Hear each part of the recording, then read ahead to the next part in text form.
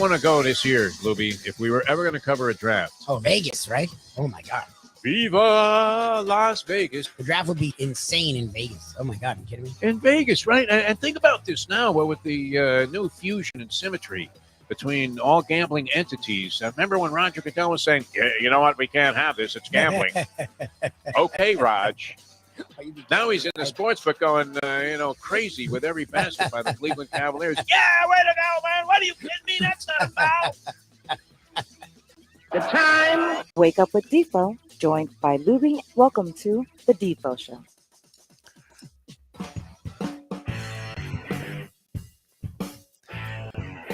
On a beautiful morning here in South Florida. Good morning, everybody. Great to be with you. Another edition of the Defo Show here on Ion Channel. Jeff Deforrest, Mike Lubie, Lubitz. And later on, we go old school with Tony Segreto. I have a couple of old school things for Tony. Okay. I think it was yesterday or the day before would have been the 70th birthday of the great Alexis Arguello. Oh, nice. And I saw a lot of stuff on social media paying tribute and homage to Arguello, who I got to know, casually, and maybe even a little more than that. Spent a little time with Alexis Arguello while he was alive, and he was living here primarily in South Florida for much of his life. He eventually went off to Nicaragua, his home country, to fight, against the revolution or whatever was going on there. And, lost his life. I don't know that he lost it in battle, or I don't remember the exact circumstances. They were a little fugazi, but great gentleman. And, of course, was part of maybe one of the biggest sporting events. I don't know where it ranks. I mean, it's probably not top 10, but it easily could be if you were willing to slip in something other than football and or a basketball championship. Of course, you have the 2 World Series with the Marlins. Those victories obviously are going to be significant. But Arguello Pryor, 1982, was one heck of an event, just a spectacular, and it turned out to be a great fight, marred by the whole controversy with Panama Lewis, who clearly was stating in the corner, no, not that one. Give me the bottle I mixed. And, even to his grave, I think Arguello still was wondering what the hell was in that bottle. Oh, supposedly Arguello didn't even. Oh, he was the opponent, right? And Arguello was a legendary champion, and he was fighting at 140 pounds. I believe Pryor, what was the 140-pound champ, and Alexis might have had a share of the title also. That might have been a title unification bout, because he had moved up in weight. He was a longtime featherweight champion, 126, Alexis Arguello, and he moved up, and they had graduated the weight classes, so it only escalated by 4 or 5 pounds in those lower weight divisions. So he was able to easily carve out. He went from 126, he won a title at 130, was a lightweight champion at 135, and then here's a trivia question for you. Okay. When Alexis Arguello first moved up to 140 pounds, getting ready to acclimate himself to moving up to this weight where he was going to fight Aaron Pryor at the Orange Bowl in 1982, he had a bout first at 140 pounds just to, test the waters as what would be either super lightweight or junior welterweight, depending on which Alphabet Soup organization was holding the title. And do you know who he knocked out? I mean, in a devastating, just one-shot knockout. No clue. Oddly, it was the guy who eventually was in the corner of Mike Tyson throughout the early portion of his career, Kevin Rooney. Kevin Rooney, if you ever see a highlight of that fight, Arguello just plasters Kevin Rooney. I mean, one of the most devastating shots I've seen in the ring. And this was when boxing was being televised on a regular basis on virtually all of the networks. NBC had boxing with Marv Albert and the Fight Doctor Ferdy Pacheco. ABC had boxing all the time on Wide World of Sports. CBS had boxing going. So they were using boxing as a staple of these Saturday anthology shows, and even exclusively by itself. And Arguello was in a bout against Kevin Rooney. Boom! The right hand. There it is, right there. And knocked him out. And he fought Aaron Pryor. And, wow, I mean, he hit Pryor with some shots, Lubie. Now, he mostly was dominated in that fight. It was not the greatest performance by Alexis Arguello. But late in the fight, I mean, he clocks Aaron Pryor. And I'll never forget, he always told me this. Did several interviews with him afterwards for TV. And he always said, I knew I was bleeped when I hit this guy, my best shot of my life. I mean, it's one of those things, once in a while. I thought I hit the best shot of my life yesterday playing tennis against my son. right? And it's perfect. And he said he caught him right on the chin. I mean, one of these straight right hands that he was known for. And he said he literally looked at Pryor, and Pryor was laughing. And he said, and it wasn't one of those, smirky laughs that you get from boxers when they're actually hurt, and they go, and then they get annihilated shortly thereafter. I mean, he said he was legitimately laughing, like that's all you got, Alexis, and that was it. It crumpled shortly after that. Referee for that fight, do you remember, Lubie? Stanley Christodoulou out of South Africa. There you go. What else do you want to know about that thing? I was sitting in front of Dustin Hoffman. I should remember all of this stuff. So anyway, I'm sure I want to say Tony was at that fight. I mean, virtually all of the local media was covering that. It was a giant event and drew a huge crowd at the Orange Bowl. It turned out to be a great night. Another trivia question about that night. I think you probably know this one because I've mentioned it before. There was what is known in the business as a walkout bout after the Arguello Pryor fight. A little bit of a departure from what you see today, where once they fight the main event, nobody's sticking around, right? Nah. But it was not uncommon to have what's known as a walkout bout scheduled by the matchmaker. And so if you wanted to stick around and you didn't necessarily want to leave with the bulk of the crowd, you could stick around and watch another fight. Usually, relatively insignificant. They'd have a couple of guys that would have been in the prelims. They put them on after the main event. The walkout bout that night featured one coming out of retirement, Roberto Duran. Jesus. Little known fact. That's crazy. Duran was in a fight against some stiff, unknown guy who he did defeat. I believe he won a decision. And, of course, me, Mr. Boxing, I stuck around for the whole thing. Of course. And I remember asking Mike Katz, the guy with the neck brace from the New York Times, who still one of my favorite ever episodes of anything that I've ever done in broadcasting, because we always wondered, what was it with Mike Katz? He was a kind of a rotund guy, very verklempt in terms of his appearance, one of those guys, a lot of dandruff on the shoulders, always wore a jacket, but it was like a seedy jacket, the kind of jacket that maybe you would pick up at a pawn shop.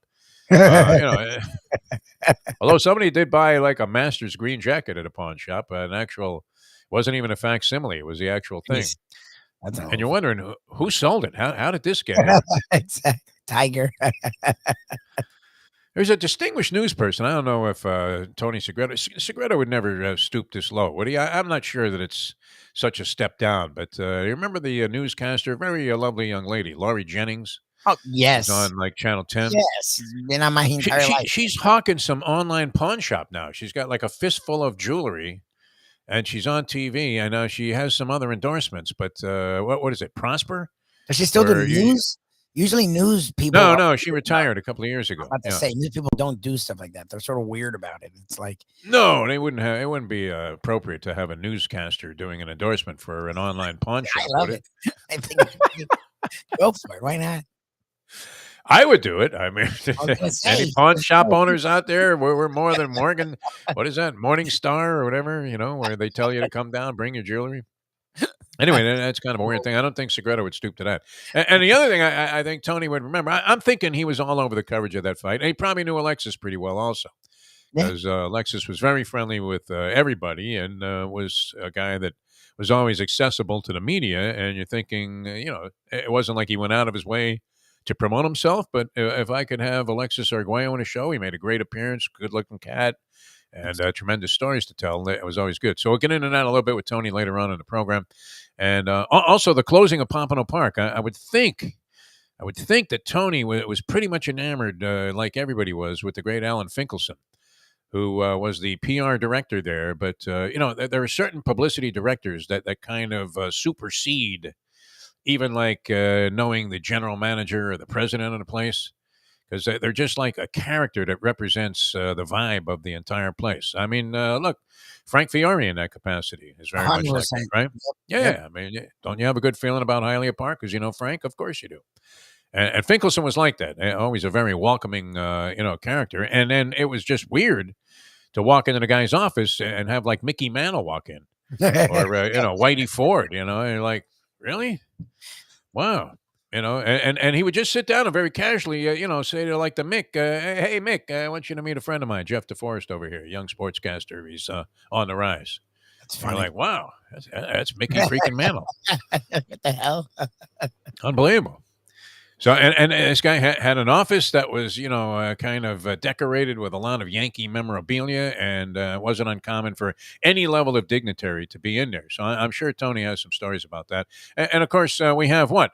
The draft, which I'm not really as prepared for. The draft is always an interesting proposition for guys in sports media, especially here in South Florida, where there was an obsessive interest in football. And then the draft, when it became popular after ESPN started televising it in 1983. Yeah. And then people just really got more and more into it. And you would have draft parties. I don't know. They still do that where they have draft parties where you can win stuff for having the right bracket filled down, if you will. I guess it's not a bracket or whatever. Right list of draftees. I just saw the consensus mock draft. This is like the 100th mock draft that I viewed. The one yesterday really got to me because it was like all 7 rounds. Jim Sarney appreciated that we identified this Josh Pascal interview guy. the guy. Yeah. Like, that's not a guarantee, Jim. Like, it really means nothing. What are the odds? I mean, the odds are more than 100 to 1. I mean, he's going to be supposedly, according to this mock draft expert, it was going to be the 102nd pick of the Miami Dolphins, which, if that turns out to be the case, you know what? We should find that guy. Whoever wrote that story, and make sure that we just absolutely deify and not eulogize, but we don't want him to die, but, deify, yes. Pay proper homage to this gentleman. If he pegged the 102nd pick of the Miami Dolphins somewhere, what would that be? 3rd round pick? I think it's 3rd round. I think it's like late 3rd. How is that 3rd round, though? I mean, there are only 32 teams, so wouldn't that be the 4th round? It's 96 picks. Are there supplemental picks in there? Supplemental picks for rounds. It may be 4th round. I don't know. I thought the Dolphins at least had a late 3rd. It may be early 4th. I don't know. And we're evidence of what's wrong with this whole thing because we're trying to speculate as to what not that. I mean, I would think that that's just total idle speculation. But I mean, how on earth are you going to pick the 3rd round pick of the Miami Dolphins in a draft where they don't have any other selections prior? So you have no idea what they're thinking going into that. And the common wisdom though is, Lubie, we need linebacking help. You can always find a good one there in that 3rd and 4th round. That's where you really build up the roster for your team. The questions would be what? And we used to have any number of guys. You used to book these guys, arbitrary guys that you would get from various sports agents would call you and say, hey, you want to put Joe Schmenk on your show? And we're like, Schmenk, yeah. What's his draft status? Well, he may not get drafted, but, he wants to talk about it. He's out of the University of Houston. You're like, what? We've done that a lot. You can't get any more obscure than this. It's not like we're talking about the guy that might go anywhere 1 through 5, and everybody wants to talk to this guy and see how he's feeling that day. Wants to know just what level of pressure he's going to put on Roger Goodell when he gets up there and hugs him on the stage. Because there have been a couple of guys that wanted to squeeze the life right out of Roger Goodell. So yeah. And about this Dolphins 102 pick. From 97 to 105 are special compensatory picks. So I guess whether it's a trade, the hiring of the African Americans, or the interviewing, or giving up something when it's restricted. All of this bullshit that they've added. I guess they add picks at the end of certain rounds because 96 is the last one that ends the 3rd round, and then from 97 to 105, each pick says special compensatory pick. So I guess it's considered end of the 3rd round, 102. All right. So, it's all part of the 3rd round. So it's something to get excited about. Well, when will that take place? The 1st round is Thursday, a week from tomorrow. And then you're going to have the 2nd and 3rd rounds a week from Friday. Wow, I can't wait, Lubie. I can't wait. I do enjoy watching the people speculate about the pick and then having it come up as something completely different. That's my favorite. And then Mel is like gargling with mousse there, and his hair's all standing up. And he's like, I can't believe it. I mean, this is just absolutely ridiculous. How can this franchise survive? See, my favorite were the Gruden ones, where 4 people would pick 4 different players. Yeah. And that would be a guy that no one not only picked, no one mentioned. And then they all would be like, wow, what a great pick. It's like, dude, how can it be a great pick if none of you have the guy? Like none of. In other words, our opinions are worthless. Yeah, exactly. But we're up here barking at you for like 9 hours. Now, the other thing, and you would set up these interviews with guys that I never heard of. I mean, I'm not as deeply into college football as some people are. I don't know every player on every roster. Not far from it, right? I barely could name you. I don't even know if I could name you like a UM guy at this point. The coach we know is, Mario Cristobal, right? They brought back a couple of other guys. I saw Ed Reed hanging around. He's easily identifiable because he does look like. I mean, he does look like a homeless guy at times, right? Ed Reed. Hair. He has a weird thing with the hair and the beard. The beard is like a homeless beard, is it not? We're not being prejudicial. I don't want to describe it that way because I have a great affinity and empathy for homeless people. I really do. No, it's not hating. He doesn't. It's not well kept. Like his no, hair, it's wild. Yeah, kept. He just doesn't. It's just like, all right, I'm Ed Reed. No one's gonna fuck with me. Yeah, I mean, he just, it could be like Richie Havens or something is up there, and you're thinking he's going to say, freedom, freedom. Who was the guy now? I'm blanking on the name that I should know. The guy was a comedian, and he became like a real revolutionary guy. Okay. Dick, what is it? Come on, Lubie. Dick Gregory. Then I don't know. Dick Gregory, yeah. He has like a Dick Gregory look. That kind of thing. Anyway, never mind all that. I mean, but we would have these guys on, and we knew nothing about them. You knew nothing about them. No, you give me some like capsulization. Yeah, it looks like he's going to go in the fourth round. They played on a team that was good. Usually, it's like they came from Notre Dame or they came from Oklahoma or Alabama. So they're like, all right, whatever. We'll talk about the team and the journey or whatever the hell.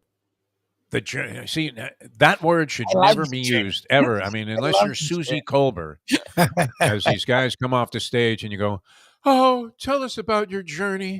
What is this? The Bachelorette? I mean, come on. Like they went through the desert and they found. What is this guy? Freaking Moses? I mean, come on. How heavy were those tablets? Get out of here. Your journey. They do love the journey. They say journey every. Guy was a star in high school. Every college was throwing money in his face. He ended up playing for Nick Saban, and guess what? After 2 years, he decided to leave, or 3, whatever the requirement is, and now he's going to be a first-round draft pick and make millions of dollars. What kind of journey is that? I mean, that's a short trip, my friend. Right to the top. Oh, tell us about your journey. I always love that. But at least we didn't stoop to those levels, like where we asked the guy. You might have done that, Lubie. Now I'm glad I didn't let you get in too many questions to these draft picks. I probably did. We used to have on the show. When I was Miami people, I always did. You know, the city of Miami. How did it make you? How do you play with Miami on your back? 100%. Because Miami players always say that there's nothing like Miami. Like, okay. Oh yeah, they say that at every school, right? Come on. You think at the University of Pittsburgh, they're saying, you know what, this school was okay, but I wish I was wearing that Miami uniform. No. Maybe. Every school has its own, be true to your school, my friend. That's what it's all about. But we always used to ask, what was the dumbest question anybody asked you at the combine or in any of the interviews? Yep. And the guy, some of these guys, were I guess, eloquent enough to go ahead and give us like a funny answer back. And a lot of guys, they just, kind of whiffed on that question also, which at that time you were sitting there going, wow, is this interview worthless? Because we're getting nothing out of it. It's not our style to sit there and just, dissect the facts with some guy. And the guy has no idea where he's going to be selected. Hey, what team would you like to play for? Well, I grew up in Chicago. I'd really like to play for the Bears. Okay, great. They always ask that. And it's like, what do you want the guy to say? Where are you going to say? Like, it's like your Max M finger, where it's like one recruit was going to 14 schools. Like, what do you expect the kid to say? He wants to get drafted, unless it's number one. Outside of that, these guys are just happy to have a paycheck to play a sport. Who wouldn't be? I mean, come on. And it's a substantial paycheck at that, even at the league minimum. All right, Tom. Well, that's all I had. And Tony, no doubt, involved in a ton of draft coverage. So we'll get into that with Tony Segreto as well. But, the closing of Pompano Park, I think might be significant because just because of the presence of this Alan Finkelson, who has been gone for a long time. I mean, what a great guy. There are a few people in life that you run across, and they always make you feel good, no matter how you're feeling at the time. And isn't that a great quality where somebody just always makes you feel good? Like they make you feel good to be alive. Hey, kiddo, you're looking good, whatever, looks like you took off a few pounds. Fiore always was that. Fiore, Visser Mama, and Segreto's up there too, where no matter what's going on, you would never think they had a bad day or a bad moment in their life. Like they always are happy and make you feel like you're the most important thing that they've ever met in their entire life. Yeah, some schmuck at a bar, right? Leslie would walk up to him and say, hey, so you're a Red Sox fan. She's there for 30 minutes. And then the guy would take him, sometimes a second to realize, whoa, wait a minute. Yeah, you're Leslie Visser. Are you kidding me? Yeah. Wow. still look the same as you did when you were on the sidelines there, going way back to the origins of Monday Night Football. All right, the Heat last night. Lubie, you're crying, you're fetching, you're whining, you're bitching. They won by 10. I know.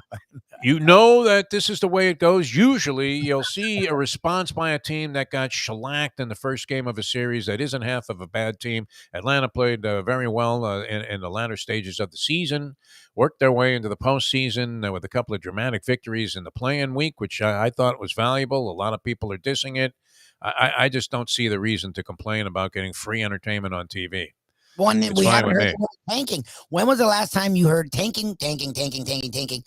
We heard it 25 times a day 2 years ago. Whether you like the tanking or you don't like it, no one can think it's great for sports. I have not heard that term at all in the last 2 years. So you can't say playing hasn't done something. You have to hope also for Hugh Jackson that his assertion that the Browns forced him to tank was the major contributing factor behind his 1-31 record as a head coach of the Browns. But on purpose, guys. For 2 years, yeah. Told me. They fired him after he won like 3 games in the same season. I think he was 2-5, 7 games into the next season after going 1-31. So if there was ever a guy that wanted to see these allegations, these assertions proven to be, of some foundation, it would be Hugh Jackson. Otherwise, this guy was one of the worst coaches that ever had a notepad, anything. I mean, No, and he's probably got a difficult road to prove that. I mean, how do you prove that the organization was behind the whole notion of losing? Not going to be easy. I mean, it's the Brian Flores assertion about Stephen Ross. I don't know, unless he's got a tape recording, right? Was somebody wearing a wire that he had out there? I mean, this day and age, people send a lot of emails. Well, who would write that in an email if you were the owner of a team, though? Hey, Brian, I tell you what here. I'm Stephen Ross. I own this ball club.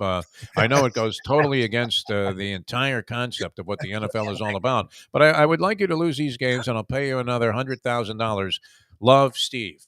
Do you write love in an email? Do you write the word love in an email? Is that a proper closing? No? But that would be great if he did write love, Steve. Love, Steve. Yeah. Here you go, man. Here's an extra 1.6 mil if you lose them all. Exactly. But I mean, look what it did. Has Hugh Jackson ever been considered for another head coaching job? I mean, no, it was dreadful. Yeah, it's horrible. Like, why would? I mean, if that's your job, you're a minority. This is what we were saying when Flores' lawsuit first came out. I mean, you're a minority head coach, right? You finally get one of the 4 or 5 spots that minorities are able to hold and maintain if it goes that high in any given year. It was down to like 3 and maybe even 2, and and then they start qualifying people as minorities, even though let's face it, the guy looks lily white. And, looks like he's part of the silent majority, right? Probably voted for Trump. And they're talking about these guys as minorities because they're so desperate to get somebody that meets the parameters so that they don't look like such staunchy white old fools in the NFL with the way that, regard to the way that they dole out management and significant positions of leadership. And I guess you would have to say of some level of power within the franchise. And, to be told then that, hey, you've got to go out there and like lose every game. And you're going to be like 1-15 or 0-16, and that's going to be your first season as a head coach ever. And we're going to keep you. Yeah. You'll stay on the staff here because you did what we wanted you to. And guess what? We want you to do it again next year. And you're like, wow. I mean, you talk about, being a patsy, huh? That's unbelievable. But that's the thing is like Lee Harvey Oswald. I mean, they're just screaming, I'm a patsy. I'm a patsy. Exactly. Yeah. But that's the thing. Like the playing games, I don't know if they eradicated tanking. I'm just saying, and Howard Beck sort of brought it up, and it made me think. I can't remember hearing that term the last 2 years. And you and I talked about it every day because we couldn't. I despise it like you did. It was just annoying to me. You despised it. You really thought it was literally the antithesis of what competition is about. And I mean, that's true. Don't reward futility. That's the easy answer. Nobody listens to us, Lubie. That's the problem. We had the perfect solution for the overtime in football, and it should be that way in a regular season and in the postseason. Resume the game where it left off. That's all you need to do there. It's perfectly fair. It maintains the integrity of what went on for the first 60 minutes of the game and actually enhances it because at least as you're coming down the pike there, all right, well, we may not get it right here. We're in a tie ball game, but we're going to be in a perfect position to win this thing in overtime, which should be the maneuverability should be towards having a team. They say, well, it might be an advantage. I don't see how. I mean, just resume the game where it was. It's a lot better than starting from scratch with a coin toss and then having one team not get a possession. That was insane. Whoever came up, I mean, what a cockamamie rule that was, huh? Think about it. All the brilliant people that they have. Hey, he's a football man.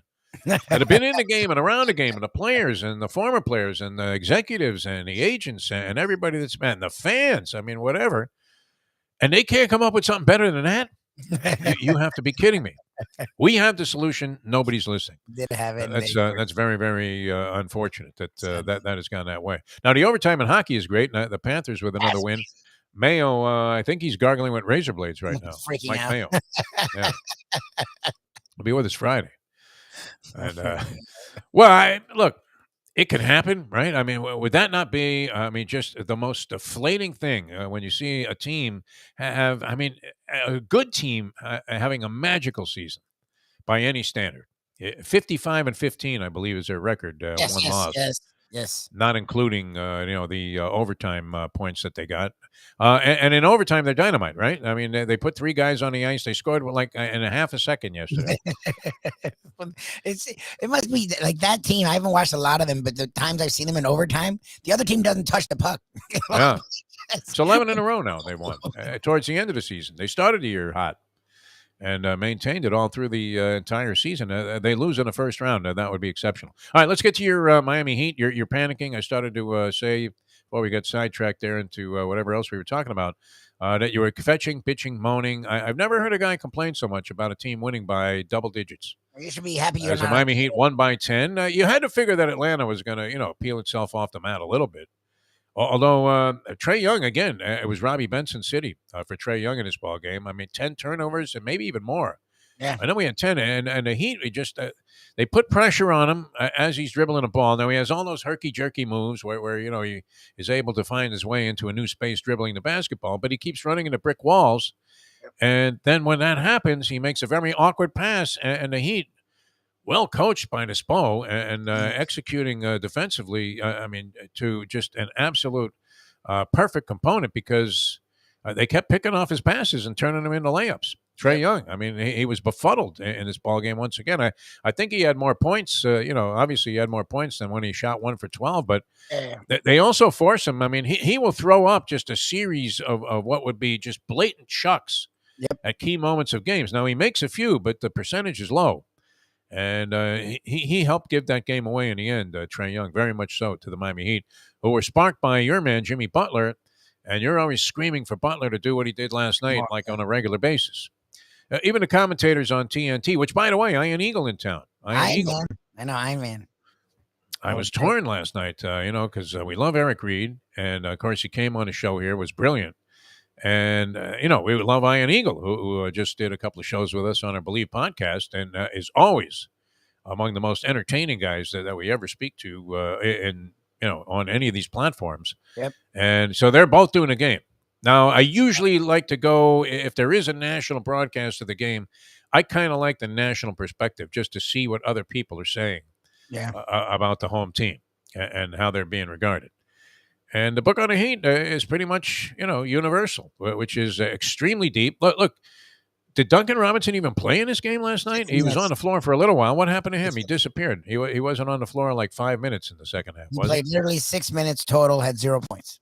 It was a weird rotation. How is that possible? Guy went 8 for 9 on 3-pointers the night before. He's not even in the game. Yeah, and they were struggling on offense. Outside of Butler, no one did anything. Strus had 14. Hero, because of 4 free throws in the last 2 minutes when the game was over, had 15. Bam had 9. Lowry had 9. Literally, it was Butler. Lowry was firing some bricks up there also. He played, he was playing a role, but, he fired up some real bricks. He's an older dude, and he's putting a lot of energy into defending Young, and he's doing a good job. Young was 50% last night, but he was 2 of 10 from 3, and a lot of that's Lowry. So I don't expect him to do much on offense, but Like, you could have used Robinson last night. So I'm curious what happened early that Robinson supposed like, all right, not tonight. And I don't get that. It's crazy, right? They don't even care, right? They just throw another guy in there, and he ends up doing similar things. Although Jimmy Butler was sensational in a game, always makes some very difficult baskets on the inside. Thus the name Jimmy Buckets. And last night he goes 4 for 7 from 3-point range, which is not his forte. Nope. And it just was in dominant fashion. And then a guy's going off on you for 45. How do you let him just stroll to the basket a couple of times? That one play at the end. Oh my God! In a tight ball game at that point. That's my frustration of why other guys aren't doing better. For the Hawks are already a bad defensive team, and now they're without Capella, their only defensive force. That's why I left that game. They won. I'm not that insane. I was happy they won, but then I looked at the box score and I'm like 9-4. Like, Bam Adebayo is considered one of the top 5 big men in basketball, and it's legitimate, especially the way he plays on both ends. This year he took a step. Everyone agrees on that. When you're playing a team that's not good defensively without their big man, shouldn't Bam relish that? Like, that's when he seems to have his worst games, like 9-4. How do you have 9-4 when look what Butler did? Whenever Butler was aggressive, they did whatever they wanted. So where's Bam in those moments? Like, that's what frustrates me as a Heat fan. When I'm watching Hero and Bam, they should annihilate this defense, and they're fumbling the ball out of bounds or throwing it to the other team, or just look unmotivated or tired. I don't know. Those games frustrate the crap out of me, but that's why you have Butler to pick it up when those guys aren't hitting. They covered the spread. I mean, that was the key. I mean, we both had them covering the spread, which was shaky. Once again, if the line makers were running the country, there'd be no wars, nothing. Everything, gas would be like 38 cents a gallon, because they hit this on the head again. The 7 and a hook was just generous enough to have that game being decided. It still could have come down to like some, Bozoic 3 going in on a half-court heave with no time left on the clock, and that would have been the differential in the spread. Because a 3-point shot there, and all of a sudden you're a winner if you had the Atlanta Hawks in that game. So that scene will shift to Atlanta for Game 3 with the Heat up 2-0. The shocker, of course, was New Orleans coming up with a win over the Phoenix Suns, who everybody, I don't know that they're going to breeze to the finals, but look, it doesn't seem like the West has much to offer except for Golden State at this point. And that was a late development, Golden State coming together and playing this kind of level of basketball. And Phoenix looked primed to just go all the way. Booker has 31 in the first half. Oof. Mr. Justice Winslow, breath. Booker has 31 in the first half. The guy's playing a sensational ball game. Now, I didn't see him hurt himself. He apparently aggravated a hamstring. To what extent, we don't know, but we all know this. Anybody who's ever had like a slightly strained hamstring knows that that thing could pop at any time. Oh, no. Yeah. And if it pops, then you're in trouble. So the only way to resolve that, I don't know, is there some kind of electrotherapy you can do to a hamstring? Is there some way that you can sort of expedite the whole process? Yeah. What do you think? I don't know. I don't know. I imagine there's some treatments you can have, but that's one of those injuries where it's not like it magically repairs. That's a pain thing where you can play on it. Probably won't make it worse, but you can't run full speed though. Ever. It won't get better until you do nothing for like a couple weeks at least, if not longer. And he has 2 days here, 2 days there, and he's gonna have to play. And they need him. I mean, without him, they're not a number 1 seed. They're not contending for a championship without Devin Booker. So I'm curious as to what this injury means for him and them going forward. I mean, you can see, look, yeah, the Pelicans might have been in it last night. They wouldn't have won that game. Like, the way Booker was playing, it wasn't even fair. Like, he literally had 15 points in 4 minutes. Yeah, he was great. He started out red hot, and I turned away from the game for a while and then came back, and I didn't catch the part where, he got hurt, like I said, but I'm looking at the crawl later to see the results, and at 31 points, wow, in the first half, just a dynamite exhibition of offensive prowess.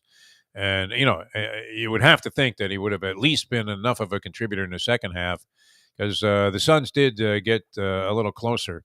And it looked like they were going to find a way to eke out the ball game. But and it's Brandon Ingram. I mean, it brings up a sports talk special here. Would you rather have Brandon Ingram right now or Anthony Davis? I think the answer probably is Brandon Ingram, the way that he's playing for the one doesn't. New Orleans, man. He has developed into a bona fide star. And a lot of people thought he was going to be that when he was with the Lakers. The Lakers go all in. They get Anthony Davis. They do win a championship. And so they have that. Now, the last 2 years, it's been a disaster, including missing the playoffs this year with the frequently injured and rarely playing Anthony Davis. The idea that Davis will play a whole season seems very far-fetched, does it not? Never. Even with load management, because for some reason, he just always gets up. He hustles, and he always gets tangled up on the inside amidst a sea of like octopus-like legs, and somehow ends up twisting an ankle or, having his knee fallen on in an awkward fashion and misses a lot of games, right? Takes him a long time to recover. Well, would you rather have that guy on your roster right now or Brandon Ingram, Mike Lubitz?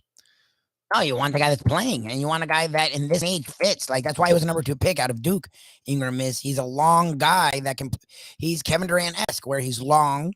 He can put it on the floor, and he can shoot. Good player. That was his thing. And he's gotten better at the other stuff. He's become more of a leader, a better passer. He's not a total death knell when it comes to defense. Like, he's become the guy the Lakers thought they were getting at number 2. Just LeBron doesn't wait for young guys, which was dumb, because if he had just waited for these young guys, he would have the team he needs to win a title. He would be surrounded by. They had Kuzma and they had Ingram, and they thought they really had it together. They had Lonzo Ball. Who's turned into one of the better point guards in the NBA. He was just a highly sought after free agent. The Chicago Bulls competed in that game 1 without Ball. Like, if Ball's in that series, it's a different series for the Bulls and the Bucks. Like, those are all guys that were on the Lakers. Like, and Davis doesn't play. What is it, Pelinka, man? Did he do enough capitulating and just giving in to LeBron James' whims and wishes to just completely destroy the Los Angeles Lakers roster? You won't be seeing winning time about this team. No. Which, by the way, again, last night I tuned in for like a small segment of the show.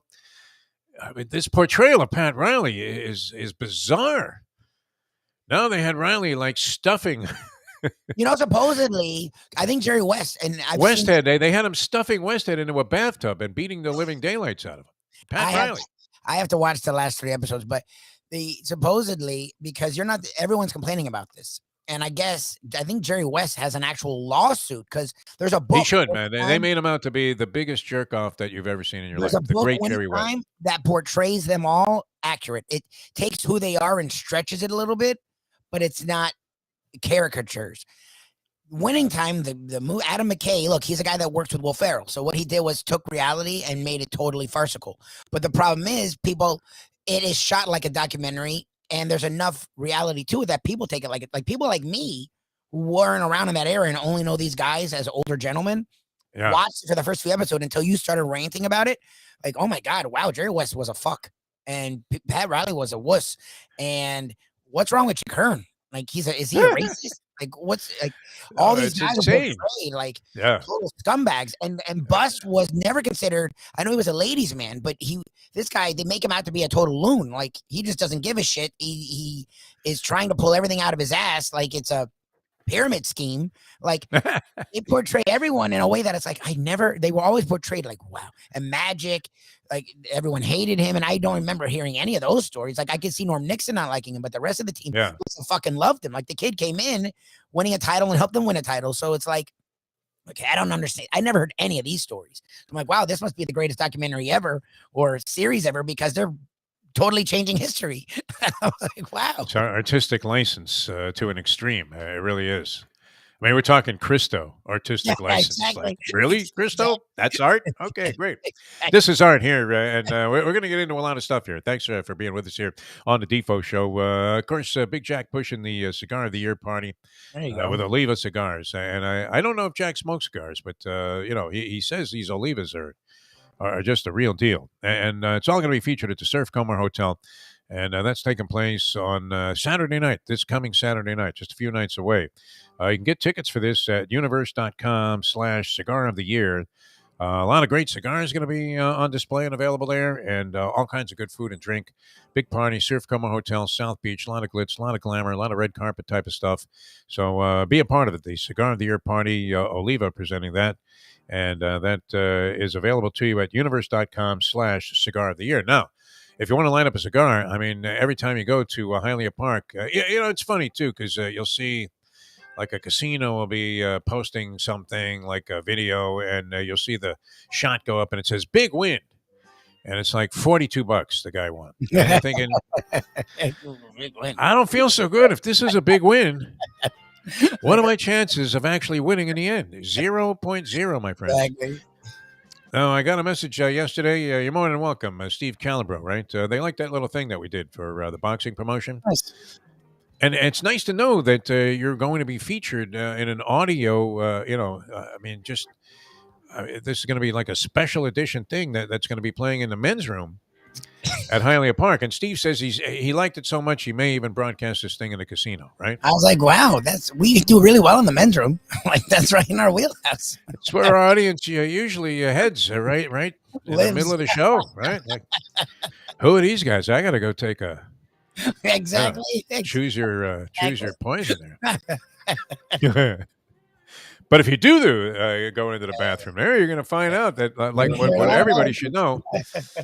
May 7th, man, this is going to be a day of days. It really is one of my favorite doubleheaders, Lubie, and I've been mentioning this because I have vivid memories and distinct memories of hanging out with Bert Sugar in the race book, sports book at the MGM Grand and the Mandalay Bay on a number of occasions. And then we knew that night we were going to a fight. And it was just great. The Derby boxing doubleheader is a good one, especially if it's going to be an exciting fight. A lot of those fights were just kind of walkovers for Oscar De La Hoya. But in this case, it's going to be spectacular. You have the simulcast of the Derby in a champion simulcasting room. Great place. I mean, just unbelievable. Can't wait to go there. And I mentioned it to the Mustang. What was the first thing she said? Hialeah? Yeah, sure. I'm in. Of course. You're like, oh, okay. I don't know. She's been hot on the slots lately. And why not take the hot slot player to a place where the slots are hot? Does that make sense, Lubie? Yes. Hot slot player to a place where the slots are hot. And that's Steve Calabro, Hialeah Park. Unbelievable action in the casino all the time. And then, this is going to be a lot of fun, though. May 7th. And the boxing card is a spectacular. You heard the enthusiasm. I mean, it's not uncommon for a promoter to be enthusiastic about a card. Rarely are you going to hear a promoter say, well, you know what, this card really sucks, and I wouldn't pay 5 cents to see the main event. All right, so there's going to be a natural enthusiasm, but you could sense how genuine this was because of all of these Cuban fighters that are going to be featured on the card in front of what? A largely, Cuban-based audience, but, it's just a gas for everybody, right? And I love being amongst the Latin fans. I used to love that. That was my favorite thing about being at the Olympic Auditorium all those Thursday nights when I was a young reporter there out in California. And the enthusiasm of the crowd, it really makes a big difference. And these guys are going to be wild, man. And they know they're boxing, too. So it's really a lot of fun. Great venue for it. May 7th. Get your tickets. HialeahPark.com. Going to be a dynamite card. Also featuring the pro debut of this guy. He's supposed to be like a sensation, like the next Casamayor. Bantamweight, Victor Abreu, among my favorite divisions in all of the sport because you get everything from these guys, Lubie. They can fight off the ropes. They can counterpunch. They can put pressure on a guy. They can take a punch. They can recover. I mean, they have great stamina. Unbelievable. And the action is fast-paced. You're not going to see a couple of guys just posing there, like you're watching some lame, bout on the undercard of, a Mayweather fight. This is going to be great. Sensational stuff. May 7th, Hialeah Park. That's the place to go. Get your tickets at HialeahPark.com, and we will see you out there, right? And feel free to stop by, and catch the Derby. I don't know if I can give you a winner because I am now 1-4 in picking basketball games, and we didn't even know. We didn't even bother picking that Suns New Orleans game, which I would have been wrong on also. Yeah, I would have been wrong on that, so I'm glad we didn't. I'm 3-2 now, so at least one of us. Yeah. You're thriving in this thing. 60% is like the point you want to be at. You break even at about 56%, Lubie, because you always have to factor in the juice, as they say, the vig. And sure, the rake, I guess it would also be considered if you were using poker terms, which, I did mention this. I want to just mention this real quickly here because I was talking about this with my son, Jesse, we were talking about who's watching poker on TV. Mm-hmm. Like, think about it. And then you had to actually start thinking, well, it's a sport. It's on ESPN.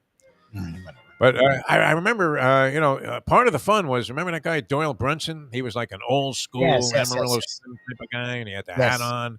He looked like he was about to keel over. And I remember taking odds on whether or not he would have a stroke before they threw the Queen down on the river. And, and that was part of the fun of watching a thing on TV. You didn't know if this guy was going to check out in the middle of the game because he'd been around so long. So, an odd thing to tune into. Jesse says they're not watching as much poker on TV as they used to, right? Is the drama gone from the World Series of Poker? It's not what it was. I don't know what happened, but yeah, you don't see it around as much as you used to. All right. We're coming back with more. Tony Segreto is going to join us. We go old school with Tony Segreto. That's going to be a lot of fun. Tomorrow we have the Hialeah Park Trivia Challenge. Friday, a Degenerate Friday edition of the program. I'm Jeff Deforrest. He is Mike Lubitz here on ION Channel. Google the Defo Show. You can find us there and all of the good stuff. A lot of fun yesterday talking to Ronnie Rothstein. He gave a brilliant dissection once again of that game, did he not? He did. I mean, spot on virtually everything. And then his illustration, I mean, it was almost like you were watching a guy at a chalkboard, right? Or Kenny Smith running over to the big screen there, as without even having the visual of Ron Rothstein yesterday. He completely dissected and elaborated on what happened in those last two possessions of the Boston game against Brooklyn, which those two teams are on tap again tonight. Well, what do you think there? Does Brooklyn bounce back, or they get hammered because they can't recover from that devastating loss? See, I would think, because again, Kevin Durant actually didn't play great in game one. Kyrie was amazing. No. Kevin Durant was okay. So I would think Kevin Durant will make up some of the slack, and I think the series is gonna be a tough one. Like, I think the Nets are pissed that they gave that game away. Literally, if Durant marks Tatum, they don't score there. Like, there wasn't enough time for them to score. The Nets are up 1-0 on the road. So I don't know if this is derogatory. I mean, but I mentioned the Cochise move because I used to.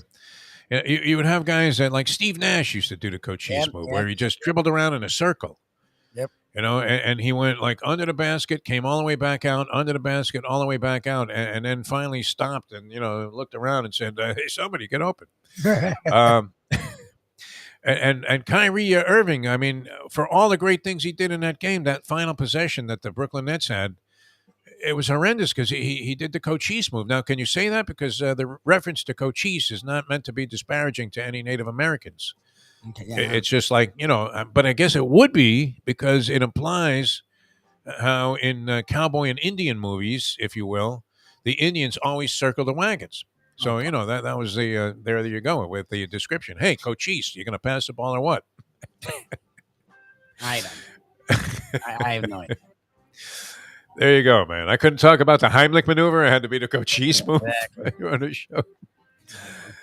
You think Tony Segreto ever referenced the Cochise move while he was probably not? I would think no. On TV, he takes the throw from whoever was who was doing the news back then. Ralph Rennick, maybe. I don't know. On Tony's channel? No, I've Tony never was from anyone else. Was it Rennick? Right? Rennick would go, here's Tony Segreto. Tony, what do you got? Well, you know what? Did you see this? They did the Cochise move in the Brooklyn Nets game, and the guy dribbles around. He got himself stuck in a predicament he couldn't get out of. I don't think he was ever saying any of that. No way. No way. This was before you would be crucified for, making any kind of, seemingly, biased, reference, against a certain type of people. Which is that getting a little insane? I mean, that you have to clarify talking about. I mean, we literally called that move the Cochise move, Lubie. Yeah, it's fine. Come up with something else. Is that like guerrilla tactics? And you're talking about Venus Williams, and it doesn't matter that you're talking about GUER, whatever. Yeah. They still crucify you and cost this poor guy Adler his entire career. Unbelievable. The man was a shambles after that. All right, coming back with more in a moment here on the Defo Show. Jeff Deforrest, Mike Lubitz. That cigar thing. Are you going, Lubie? Or are you going on? Oh, you're going to be out of town. Here. I'm not going to be here. If I was in town, I would go. Like cigar events like that are usually a really good time. Like they really take care of you, and you learn a lot. And the fact that you can make your own. Is Tony Oliva, part of this Oliva Cigars thing? The great Tony Oliva, one of my favorite Olivas. Oliva, but I know Oliva's a really. Universe.com/cigar of the year. Make sure you make plans to be there on Saturday night. Surf Como Hotel. All right, coming back with more in a moment here on the Defo Show. Now that. It's 7:50. Tony Segreto here. Let me ask you a question. What do you look for when you go out to eat? Good food, obviously, friendly atmosphere, not too loud, but good energy, reasonable prices, and a place where you feel comfortable. You're talking about the Texas Roadhouse. Good for a family, good for a date, or just a night out for yourself, and prices that will make you extremely happy. Their ribs unmatched, steaks hand cut every day. Everything, and I mean everything, is made on site, including their incredible bread. Trust me when I tell you, Texas Roadhouse, your restaurant, your destination when you say, where should we go and eat tonight? From the newly renovated sports bar to the beautiful bayside views captured at the Tiki Bar, Jimmy Johnson's Big Chill has it all. Located at mile marker 104, the Big Chill also offers waterfront dining while experiencing breathtaking sunset views of the Florida Keys. It's simply the hottest spot in the Keys to cool off. That's Jimmy Johnson's Big Chill at mile marker 104 in Key Largo. For more information, call today at 305-453-9066. Any time of year, things can happen to your home or business, and the insurance company can be your friend, but they also can be your enemy. Horizon Public Adjusters, Justina Testa, are here for you to help this process go so much easier. 7 to 10 times more money recovered with a public adjuster than if you went on your own. If there's no recovery, there's no fee. Before you call your insurance company, call Horizon Public Adjusters and Justina Testa at 954-809-8752.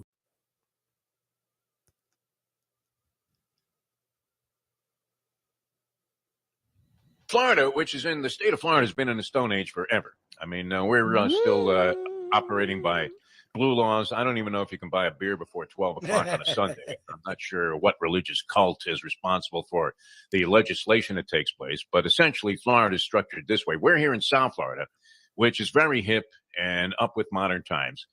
And once you get, would you say, north of Palm Beach, Mike Lubitz, West Palm Beach, Florida, for those unfamiliar with the geography of the state, if you get like 30 miles out of town here, forget about it. It's hillbilly city. You're hearing banjo music and somebody's telling you to squat down like a pig when you pull up to the Waffle House.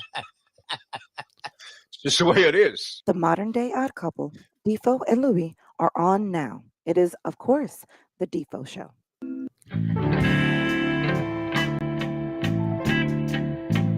All right, welcome back to the show, the Defo Show here on a fine Wednesday. Tony Segreto is going to join us shortly. We'll go old school with Tony Segreto. Many things to discuss with Tony, including, I guess, his history with draft coverage, which was always kind of wild. I mean, nobody cared about the draft when I was a kid growing up. It was in the agate type underneath the British soccer scores. You would say, hey, look at that. The Jets got a wide receiver. How about that? First round. Nobody cared. Jim Mad Dog Manich used to tell the story, Mike Lubitz, that he had no idea that he was even drafted in the first round when he became the first pick of the Miami Dolphins. Yeah. Yep. And then he drove some Volkswagen bus that he had, like an old hippy dippy edition of the Volkswagen bus. Certainly not, anything as pristine as the Tiguan that I'm driving around right now from Deal Volkswagen. By the way, wow, what a car! Thank you very much to the lovely Anna and all of the good people there at Deal Volkswagen. I mean, just a pristine automobile. Unbelievable. But here's Mad Dog with like an old VW bus with peace signs on it, flowers painted on it. And he's got his hair down to his shoulders. And he gets out of the bus there at St. Thomas, shows up for his first practice. And Shula looks over and says, "That's our first round draft pick? That's the captain of the Michigan football team?" He couldn't believe it, man. I mean, like he was in shock, culture shock, when the Mad Dog showed up. Now, the Mad Dog became kind of a conservative guy, and then later on, he blossomed back into that hippy-dippy mentality, and it's what made him great as a broadcaster here in town. The people absolutely loved the Mad Dog, and he was what you would call, Lubie, a man's man. Is what that man was. Yeah, 100%. He was very much that. Yeah. Great dude. Yep. So part of the perfect season, had a great legacy there, captain of the Michigan football team. But Shula looked in disbelief as he, and that's how. I mean, imagine that. Shula didn't even know what the guy looked like, and he was the first round draft pick. I love that. So it's a whole different world with regard to that. And I'm sure Tony's been involved in the coverage. You used to have to run out there and get a couple of clips. Nobody ever says that they blew the draft, do they? No. When the Dolphins drafted Billy Milner with a first-round pick, Billy Milner, who, was a left fielder, wasn't he? No, he was supposedly like the offensive guard or tackle of the future. He was the second coming of Richmond Webb.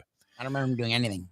Billy Milner. Yeah, no, he, unfortunately was, deemed. I mean, I don't know. Is he still alive, Milner? I think he might have checked out, believe it or not, at a very young age. Alive. Billy Milner. What do you think?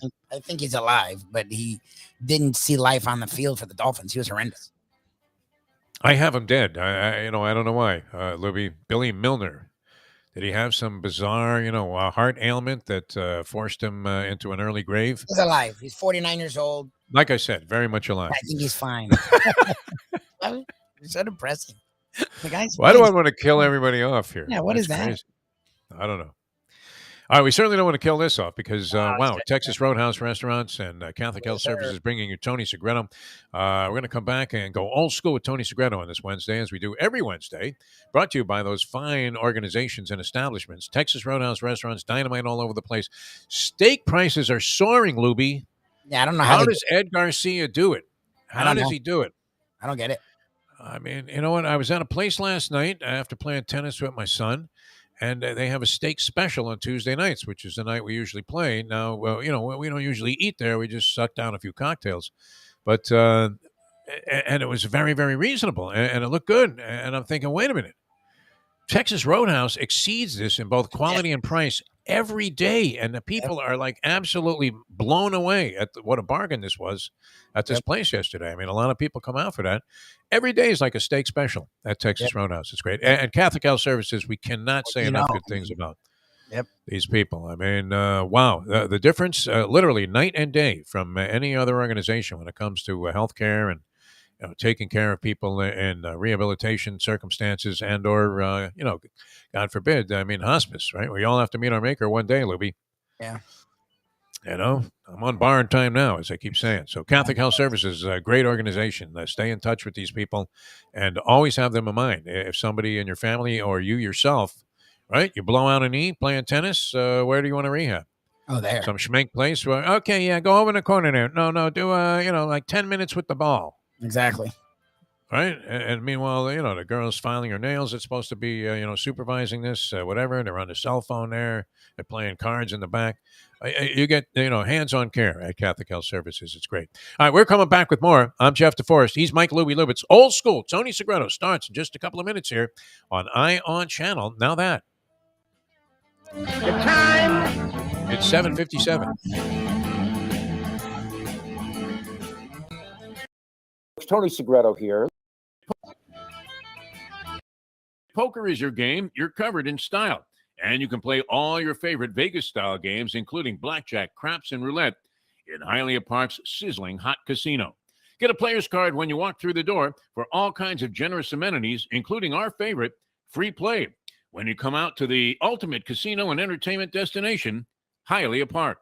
These days, we're all looking for comfort anywhere we can find it. Thank goodness for Landlubbers Raw Bar and Grill in the Plantation location, because they are making sure you are as comfortable as possible. You're going to have the best wings in the world.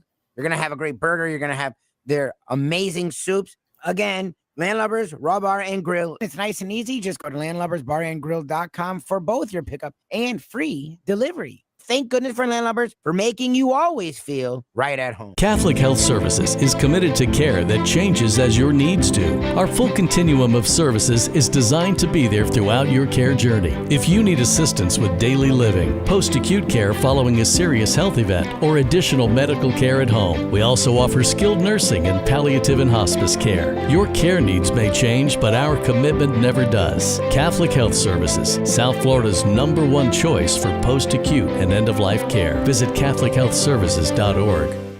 Woo! What we gonna do right here is go back, way back into time.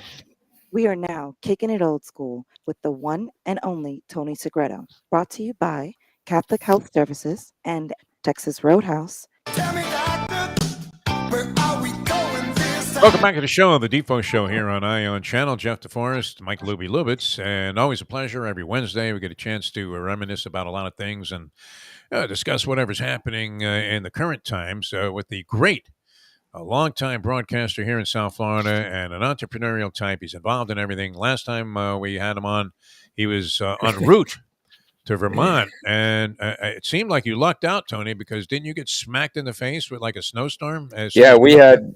What did we have? We had about 7 inches last night. Yesterday. Wow, last night. Yeah. Heavy snow. Did you see the too. date? It's 420 here, like the whole marijuana thing. 420. I saw it. Yeah, everybody's like, "What just happened here?" And a lot of people lost power, and it was crazy. It was absolutely crazy. But it's all gone. I mean, it warmed up to like 39, 40 yesterday, so everything left. Oh, toasty. And, yeah, it's going to be 45 today. Are you kidding me? We got sunscreen out. We're ready to rock and roll. Very nice. Yeah. All right. So, how was the drive overall? Did you? The drive was fantastic. I love driving. There wasn't an issue. I actually got to. I went to New York and picked up my daughter. We went and had lunch together, and then we went to Arthur Avenue in Brooklyn on Holy Thursday. Oh my gosh!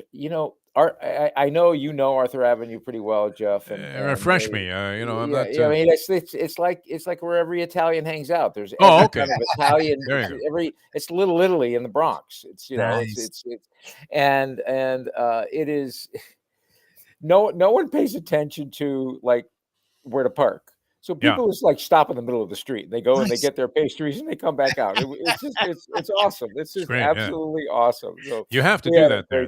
I mean, you couldn't. It wouldn't fly down here. I mean, when a guy stops in the middle of the street and then runs into a deli, it doesn't work. Yeah. No, it doesn't. It doesn't. And it was just great. You walk out with a big Italian sandwich. It's wonderful. But anyway, all is good. Thank God. We're here in our digs and. All is going well. We're getting a new roof put on, so that's a good thing. There you go. What's up there now? It's snowing. You don't have a roof on there, Tony Segreto? I have a roof. It's we need a new roof. Oh, okay. It's old. It's time to get a new roof. You got to be. I would think when you own a home, you have to be responsible. Yeah, it does. It does take a pounding. Yeah. All right, many things. Can I say something real quick because I have to tell you. So you were just talking about, when Shoes saw Mandich for the first time, and you talk about me covering tons of drafts. One of the moments that I remember vividly is when we used to have like 16 rounds. Right, it was just like. It was endless. The first day was great. It was exciting because you had the first round, second round, but then you get to late in the second day, as you well know, Jeff. You're hanging out at St. Thomas or wherever we were at camp, and this just, I mean, I may as well be reading a book in another language and have it's like no clue. Anyway, it's the last round. Shula comes out. He's bleary-eyed. This has been a long couple of days, and he goes, well, our last pick is this quarterback. And quite frankly, we were surprised that he was still there. So I raised my hand and I go, Coach, I mean, there must be a reason why he was still there. I mean, I know you're excited and I'm going to be real honest. This guy's going to probably be here for practice and practice only. But what was it about him? Why did he drop? He goes, well, Tone, he goes, he's got a depth perception problem. Oh, great. And I go, well, Coach, I said, now, mind you, this was at the time when the Orange Bowl still had the turf, which meant that the Orange Bowl had that 18-inch crown, right? So you as the quarterback, when you used to talk to, and they installed that same type of crown at St. Thomas University, because when you talk to Greasy or Strock or Marino, all those guys, you really had to adjust the way you threw certain routes because of the crown, because they were, even if it was 8 or 12 inches more. So I go, well, Coach, with the crown and with a quarterback with a depth perception, don't you see that as an issue? Yeah, he's also dyslexic. Yeah. Yeah. Oh God, what a and has vertigo. I mean, come on. Moments. Yeah. Well, who was this guy, Tony? Do you remember his name? I don't remember his name. You know what? Listen, he was a practice squad guy. He lasted to the first cut. He was good for practice, and then was released. Exactly. But one of the great, every time, and Jeff, you will remember this, it didn't matter what round it was and who the player was. Man, were we surprised he was still there. This is the guy we wanted the whole time. Meantime, everybody that we thought they wanted was gone a long time ago. Yeah.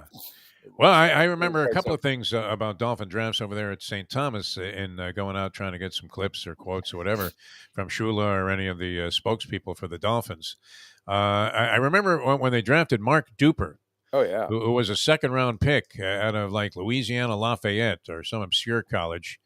And I remember the limited press corps. I mean, there weren't that many guys out there, maybe 8, 10, covering the Dolphins, although, it was the only beat in town, essentially. And everybody was saying, what the hell? The old man has lost it. Who is this guy? He's a track star. He's not a wide receiver. And Shula was kind of pumped up about it. And guess what? We were all dead wrong. Yeah. Well, remember, it turned out to be great. You have to put this in the context, because the reason everybody was so like, why is he doing this, is because we lived through Jimmy Hines, and Jimmy Hines was a track star. Yeah. With God bless him, but he had boards for hands. Skeets Nehemiah, just awful. I mean, everybody wanted to recreate Bob Hayes, God bless him. Yep. But no one could. No one could recreate that kind of wide receiver with it all until we got Clayton and Duper. And then all of a sudden, we had Clayton, who was a kangaroo. I mean, this guy was, you be careful there, Tony. Be careful. What? In terms of how he jumped? No, I know. I'm just saying, you can't say anything anymore. We were just talking about the Cochise move, and you can't talk about anything anymore. His ability. No, I understand what you're saying. Was incredible, and Duper could just flat out fly. Yeah, and when you had 13 winging it like he was, this was like a match made in heaven. And you'll recall that coach would always come back and say, his first couple of practices with Marino, he said, wow, he goes, he makes practice exciting. Just because, you could hear the ball just whiz by. So it was quite a marriage. I used to like being on that rooftop deck there where the cameras were at the Orange Bowl to watch Dolphin games when Marino was throwing the rock. In fact, that was my vantage point for that game in '85 against the Bears that you so correctly predicted, even though we didn't believe you were sincere about it. But it's since found out that you were, that the Dolphins would beat the invincible Bears that year, and Buddy Ryan and this attack defense. And how was Marino going to survive? They were worried maybe they'd have to have, like at the racetrack, an ambulance follow him up and down the field like he was a jockey. And it turned out to be great. But that vantage point was fantastic because you could see these plays unfold. The roof was kind of, almost not hovering over the stadium, but like all of the seats at the Orange Bowl were kind of on top of the action. And wow, the trajectory on these Marino passes when Duper would suddenly swoop by a guy and be 5 yards in the clear, and he would hit him perfectly in stride. We missed that, Tony. Oh, I know. We miss. Will we ever see that here again? I mean, my heart, is palpitating, thinking. Those were the days, huh? Yeah, I don't think we're going to see a quarterback like that again. But the cool stuff about that relationship between Danny and his receivers. So you pick them out. You got Duper, you have Nat Moore, you have Clayton, you had Bruce Hardy, you had Jim Jensen. I mean, go on and on and on, right? The relationships he had there. There would be times late in the game when Dan would just be, all right, we're back in the street. And Duper, you're going to do this, and Clayton, you're going to do this, and this is the protection I want. And Bruce, you're going to release here, and Jimmy, you're going to go over here. I mean, it was, and Nat, you're going to do your. It was remarkable.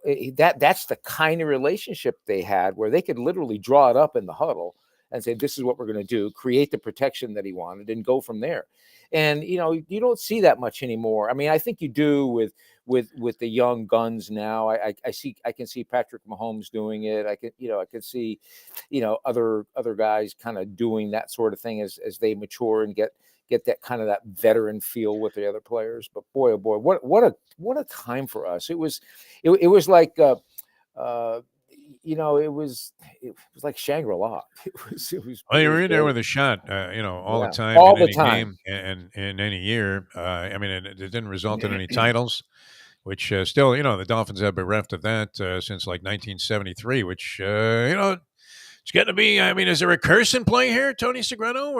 Can we ever absolve ourselves of being involved with something like that? It does seem like there are more elements in play than just the fundamentals of putting together a good football team.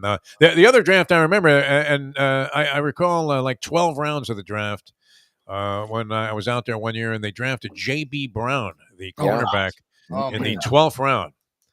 But think about that, Lubie. This guy was a 12th round draft pick. I mean, he was 5 below where they'd cut the thing off now and just say, okay, that's it. enough of this trash, right? We already have Yeah. Mr. Irrelevant. Oh You know, you talked about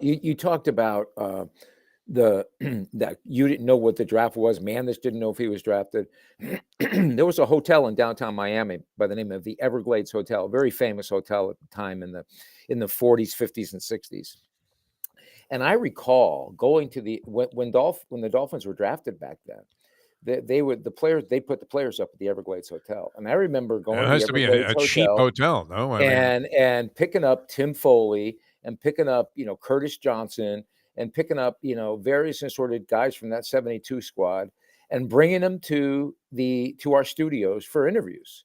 I remember it like it was yesterday, and that would never happen today. Never. That just doesn't happen today. They've turned it into a big show. Tony Segreto going old school with us here on the Defo Show here on ION Channel. All right, I did want to mention this, and I thought of you because saw a bunch of social media posts in various boxing sites paying tribute to the great late Alexis Arguello. And one of the great things about Arguello, and we did have it wasn't the most significant boxing culture, but it had some really significant aspects to it here in South Florida, including the Fifth Street Gym and Ali and the Dundees, and all of the great stuff that happened. You remember a sellout Mo Fleischer? I think we've talked about this guy before. Yeah. Should there not be a statue to this guy? Yeah, here somewhere in town. If there should be a statue to him, there should be a statue to the Dundee group too, the Dundee brothers. But I disagree with you. Listen, I don't think we were the New York culture, but we were pretty darn close. I mean, we had fights every week at the Miami Beach Convention Center. Yeah, that was good. And we had all the great boxers train here, every single one of them, from Louis Rodriguez to Willie Pastrano to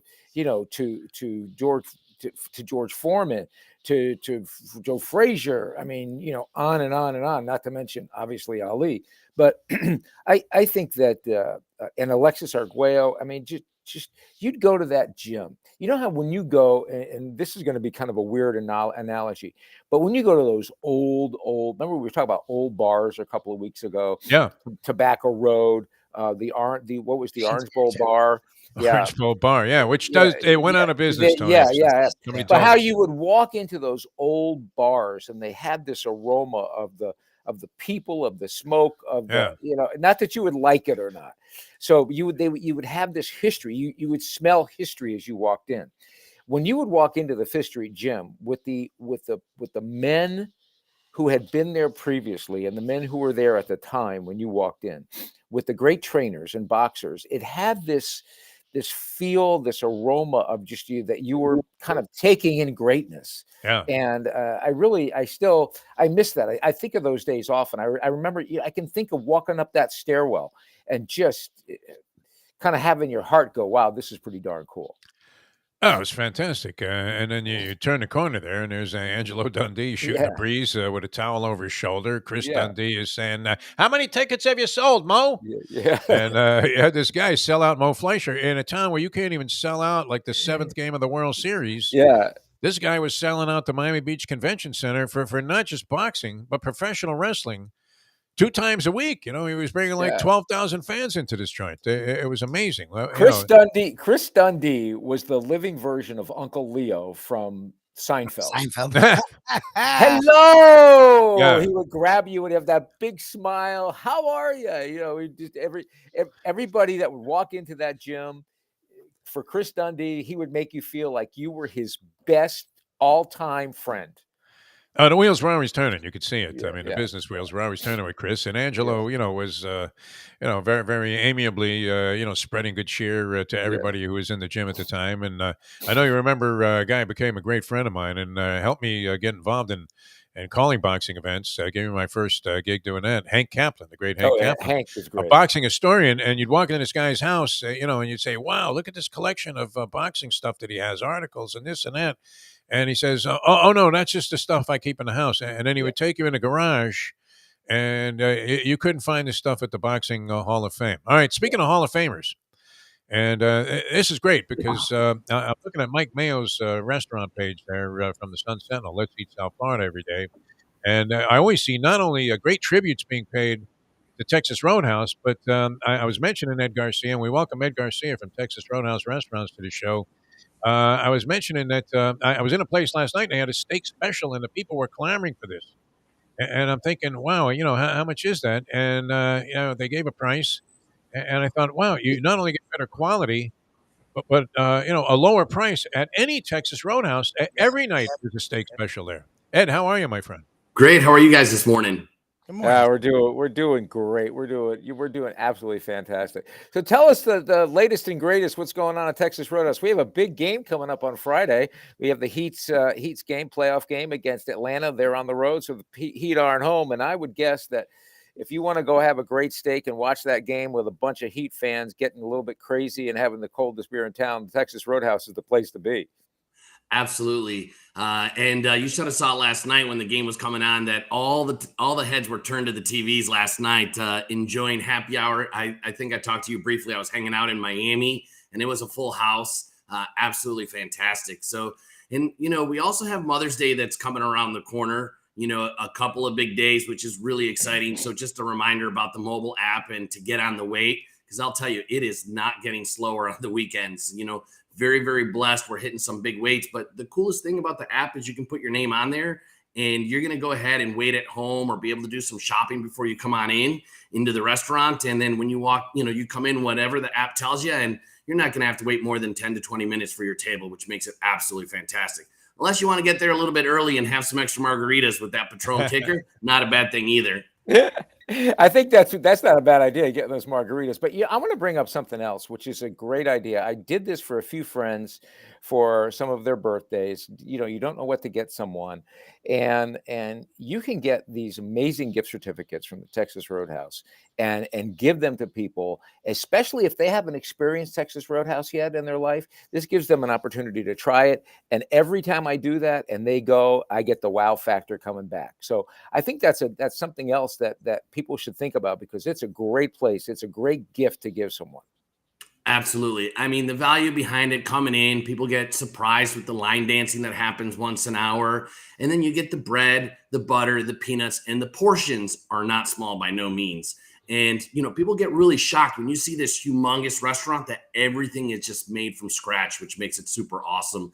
The smells, the excitement, and then you get to see that meat display full of that fresh cut meat. A lot of people don't realize that we cut 2,000 to 5,000 pounds of beef a week. And I know you guys were in that meat room at 32 degrees, 28 to 32 degrees in there. And there's just that guy slaving away all day, making that picture perfect steak.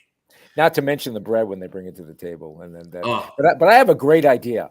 I think, Ed, that we should do video of this. We should get me and Lubie and Defo to come in and teach us line dancing. And then we get the video and we show a little bit, and people can decide who's the best line dancer of the three of us. What do you think about that? I'm in. I'll give you the I think rankings. that would be a great idea. We can throw in some certificates for the winner and some of the people that vote. That would be great. Yeah, I would love that. I think that's right. I think that would be great. Get viewers involved. And Jeff, what do you think? Well, I would finish last. I mean, I can't dance a lick. Now Lubie surprisingly can bust a move, and I don't know what you look to be in pretty good shape, Tony. But after freezing your fanny out there in Vermont, you might be a little stiff. So I'm going to give Lubie the winning ticket, you second, and me a distant third. We gotta do it first. We gotta do it. We're gonna pick a restaurant, and we'll figure out when is the best time to do it. Then we'll pick a restaurant and we'll do it, because I think that's so much fun. That what it just adds great energy. And listen, we talk about the energy, we talk about the TVs. I do want to mention this. A lot of people go, I want to go to a restaurant where I can still have a conversation at the table, and you can still have a conversation at the table at Texas Roadhouse, because they give you enough time. You have your own private space. It is just, Ed, what you guys have done is remarkable, and I can't wait till you open up a few more, maybe a few more in Broward's closer to us, so we could get to them a little easier. Well, I'll let the cat out of the bag. We just signed Hialeah yesterday. I know it's not a baby, but Hialeah's coming. That's great. I'm down there enough, to make that a pit stop on my way to Hialeah Park. So that's going to be a lot of fun. And one of these days, we're going to make a mention of the new idea the Texas Roadhouse has with the sports bar. Is that correct, Ed? That is correct. Bubba's 33. It's working its way down to South Florida. Nice. I want to say we got 28 of them right now nationwide, and it is growing fast. I think we have about 16 on the books for next year. Yeah. I mean, you want to talk about an awesome sports bar with excellent food and a family-friendly atmosphere. I mean, lights out. I mean, just awesome. Look it up, folks. Bubba's 33. It's a special place. Going to be a lot of fun. And always a pleasure. Thanks so much for joining us. Thank you, guys. It's great talking Thanks, about Ed. Texas Roadhouse. Ed Garcia, ladies and gentlemen. That's great. Sports bar? Wow, this sounds like a home run. Isn't Texas Roadhouse okay? So Texas Roadhouse isn't a sports bar.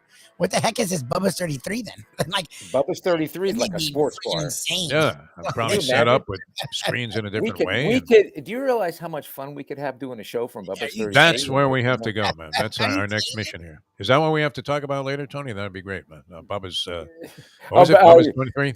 Lubie and I already had our conversation. We were talking about getting anniversary gifts for our wives. Are you kidding me? Defo's a man in that regard. Well, I mean, I still have this Italy trip coming up, and that was the Mustang's birthday present from a year ago. End of May. When is that happening? End of May, somewhere like May 26th, somewhere in that area there. So that'd be a lot of fun. I've never been out. I've never been to Europe, Tony. I'm not as well traveled as you are. I mean, my idea of going to a great country was when I called some fights in Barranquilla, Colombia, which is a very unusual town, I would have to say. All right, we're coming back with more with Tony Segreto. Ed Garcia, thanks so much. Always great having Ed on the program here, and I love the added visual with some of our sponsors. You know, that's part of the thing that we're doing here on the Defo Show. He's Mike Lubitz, Tony Segreto. I have more for you, Tony. More reminiscing to do.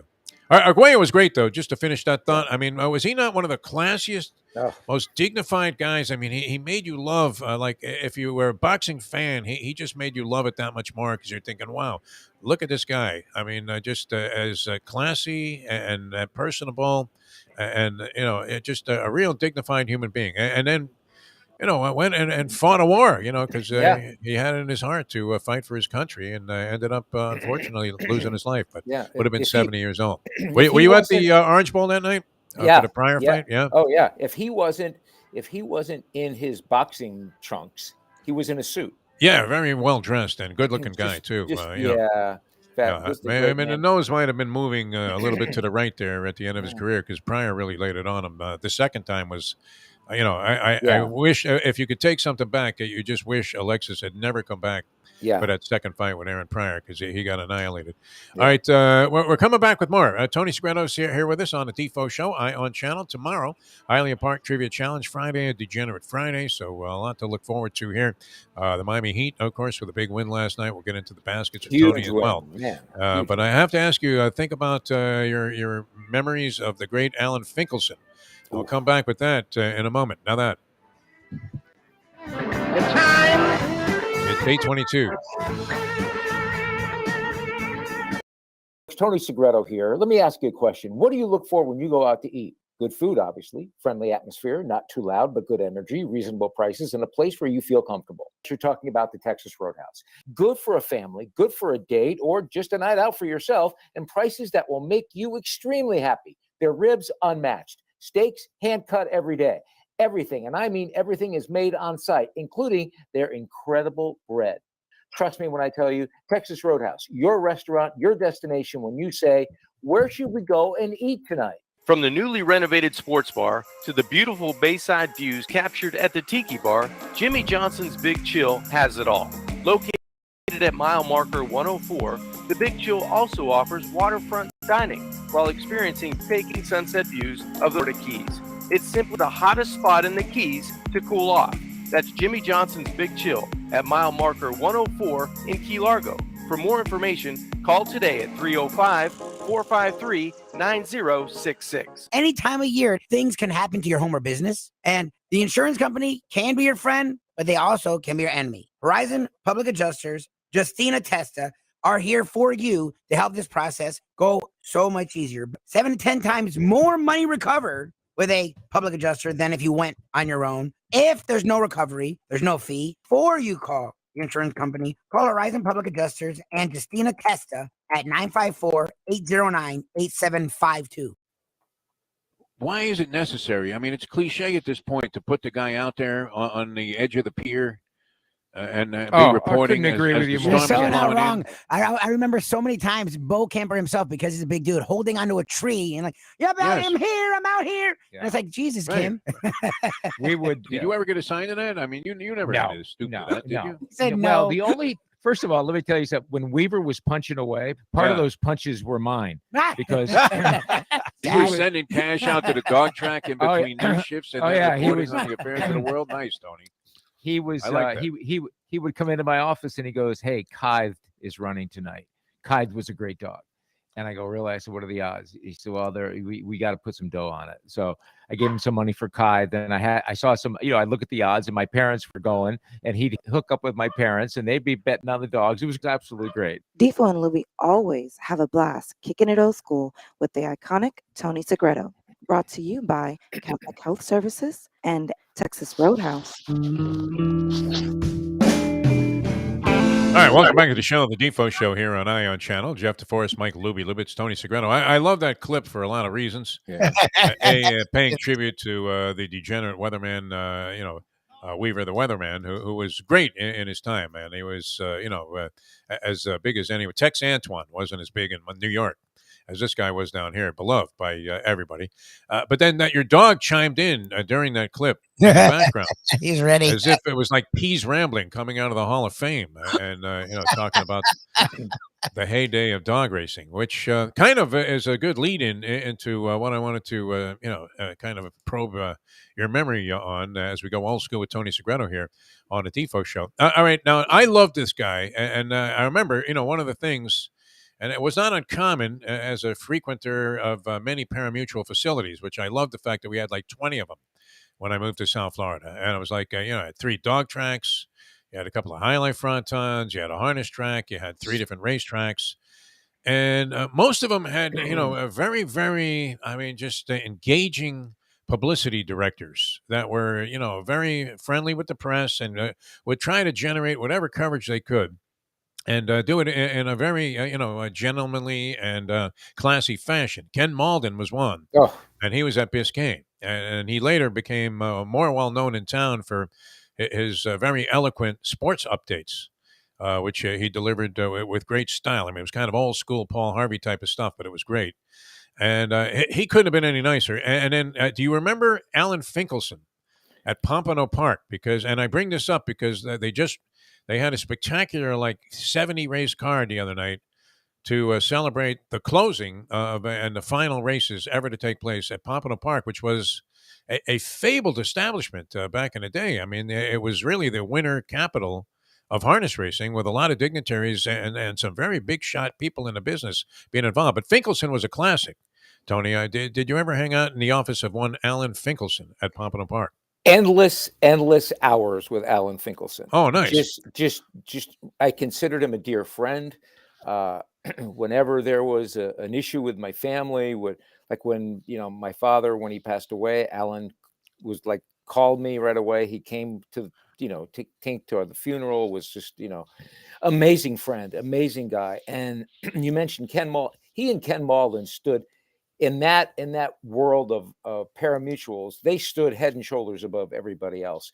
And plus, I had an affinity toward harness racing. My uncle owned about 4 trotters. Get out of here. Yeah. So we used to go to the. There you go. The seed of the degenerate fiend, right there, Tony Segreto. No wonder you like to send it in. So we used to go to the trotters up in New York and Jersey, and then he would send some of his trotters to Pompano. So as a little boy, I'd go to Pompano, and then as I grew up, obviously got into the business. And Alan called me when he came up with the idea for the media races and how they were going to do it, and how they weren't going to use the regular racing sulkies because they thought that was too dangerous. They were going to use the training sulkies, which they could kind of keep the speed down and use a little older.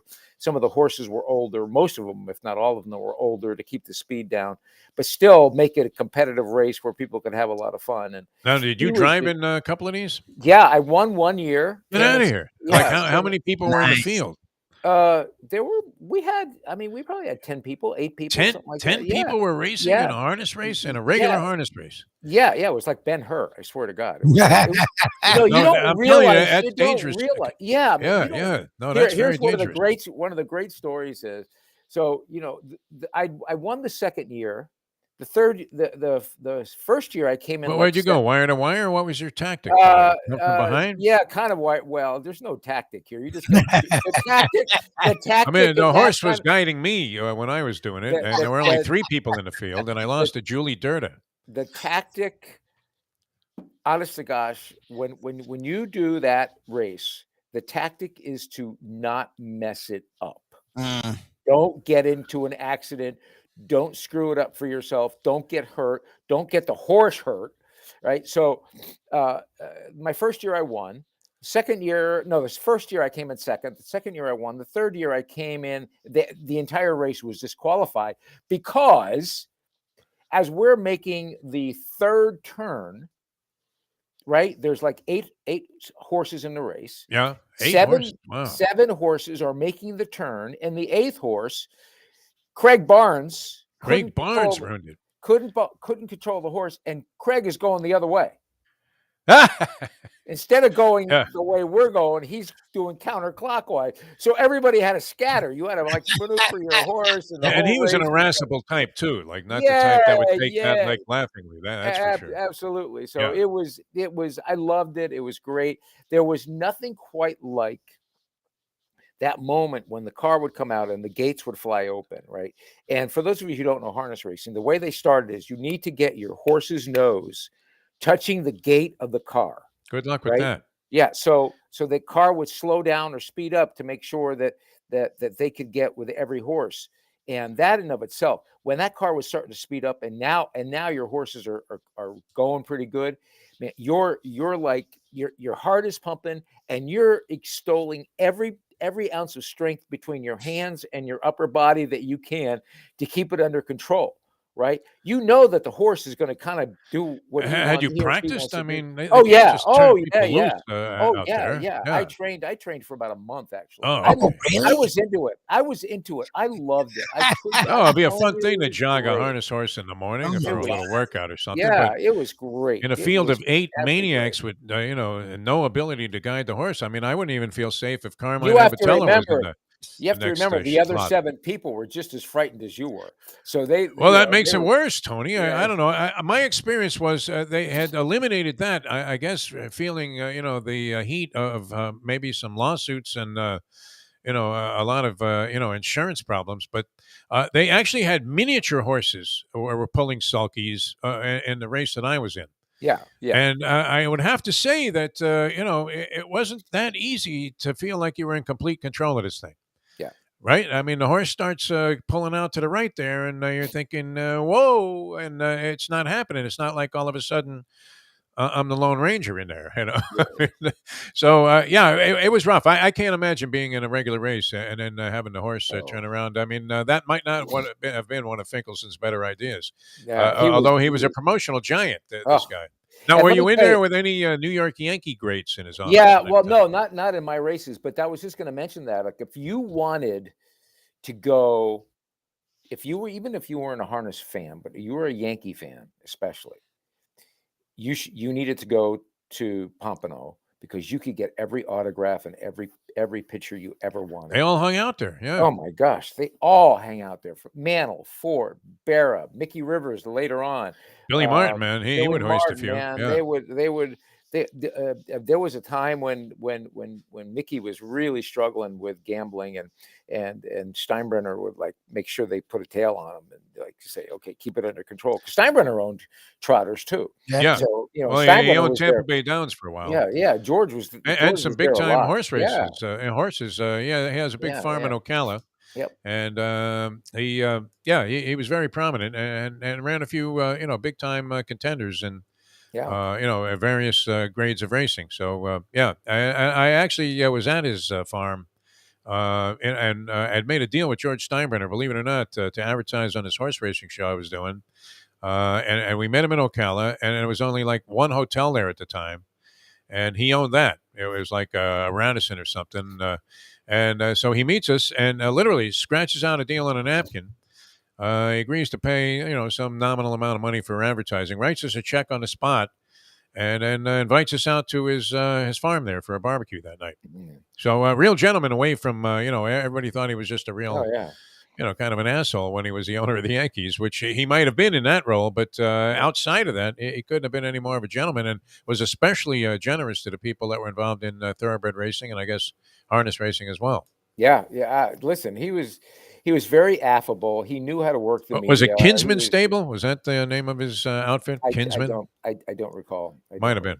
But he was a fascinating man to cover. Really fascinating man. And he'd always come up to you and slap you on the back and go, "Hey, Tone, how you doing? Saw you last, whatever, or listen to you, or Jeff, how you doing?" It was again, those were those moments in our careers that we got to be with and interview and become friends with just iconic people, just remarkable movers of the sport, and some, like it or not, like George or not, you have to admit Steinbrenner was a big time player in the sport, if not the biggest player in the sport. Changed the way the sport was played in many ways by the kind of money he had that he would throw at players to get buy the team he wanted, which now is just in vogue again.